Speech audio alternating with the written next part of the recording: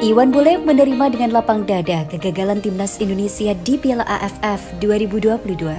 Ketua Umum PSSI Muhammad Iryawan atau yang akrab disapa dengan Iwan Bule menerima dengan lapang dada kegagalan timnas Indonesia di Piala AFF 2022. Skuad Garuda hanya bisa berjuang sampai babak semifinal. Timnas Indonesia gagal melaju ke partai final sesuai target PSSI setelah dikalahkan Vietnam pada babak semifinal yang berlangsung 2 leg. Tim asuhan Sintayong itu kalah agregat 0-2. Pada leg pertama, Jumat 6 Januari 2023, Timnas Indonesia bermain imbang 0-0 dengan Vietnam di Stadion Utama Gelora Bung Karno, Jakarta. Lalu pada pertemuan kedua, skuad Garuda takluk 0-2 dari Golden Star Warriors di Maidin National Stadium, Hanoi, Senin 9 Januari.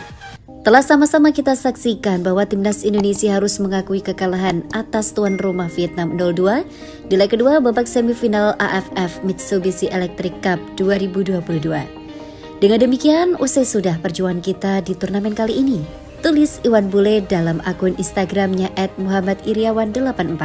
Sepanjang laga saya melihat bahwa anak-anak Timnas Indonesia sudah mengeluarkan segenap daya upaya dan telah berjuang sekuat tenaga.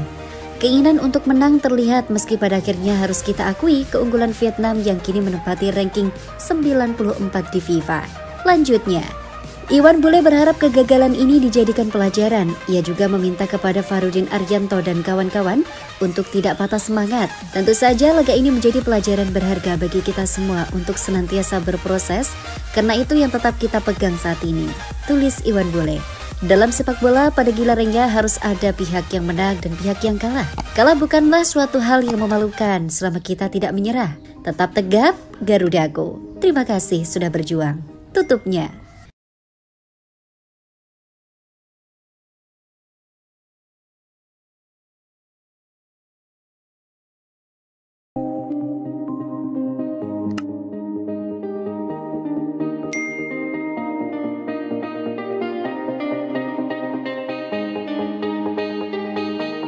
Jamu Indonesia, Doan Van Hau minta bantuan supporter Vietnam.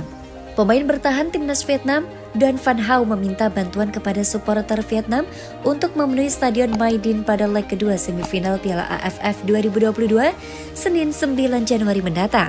Vietnam mendapat giliran menjadi tuan rumah di semifinal leg kedua setelah pertandingan leg pertama digelar di Stadion Utama Gelora Bung Karno, Jakarta, Jumat 6 Januari. Laga tersebut berakhir 0-0.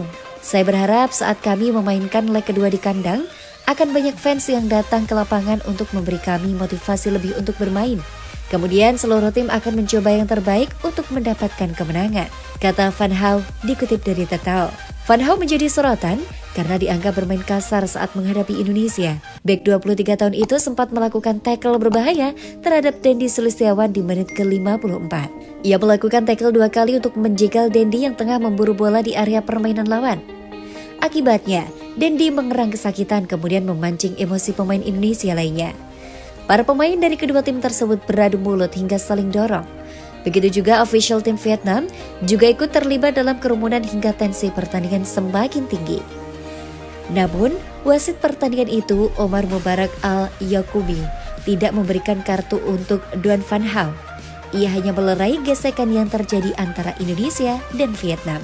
Saat ditanya komentar setelah pertandingan, Van Hau berpendapat bahwa laga berjalan sesuai rencana. Ia menilai rekan-rekan setimnya sudah berusaha maksimal mencetak gol meski gagal. Hari ini, seluruh tim melakukan banyak upaya. Hasil ini layak untuk apa yang diperjuangkan tim Vietnam, ucapnya.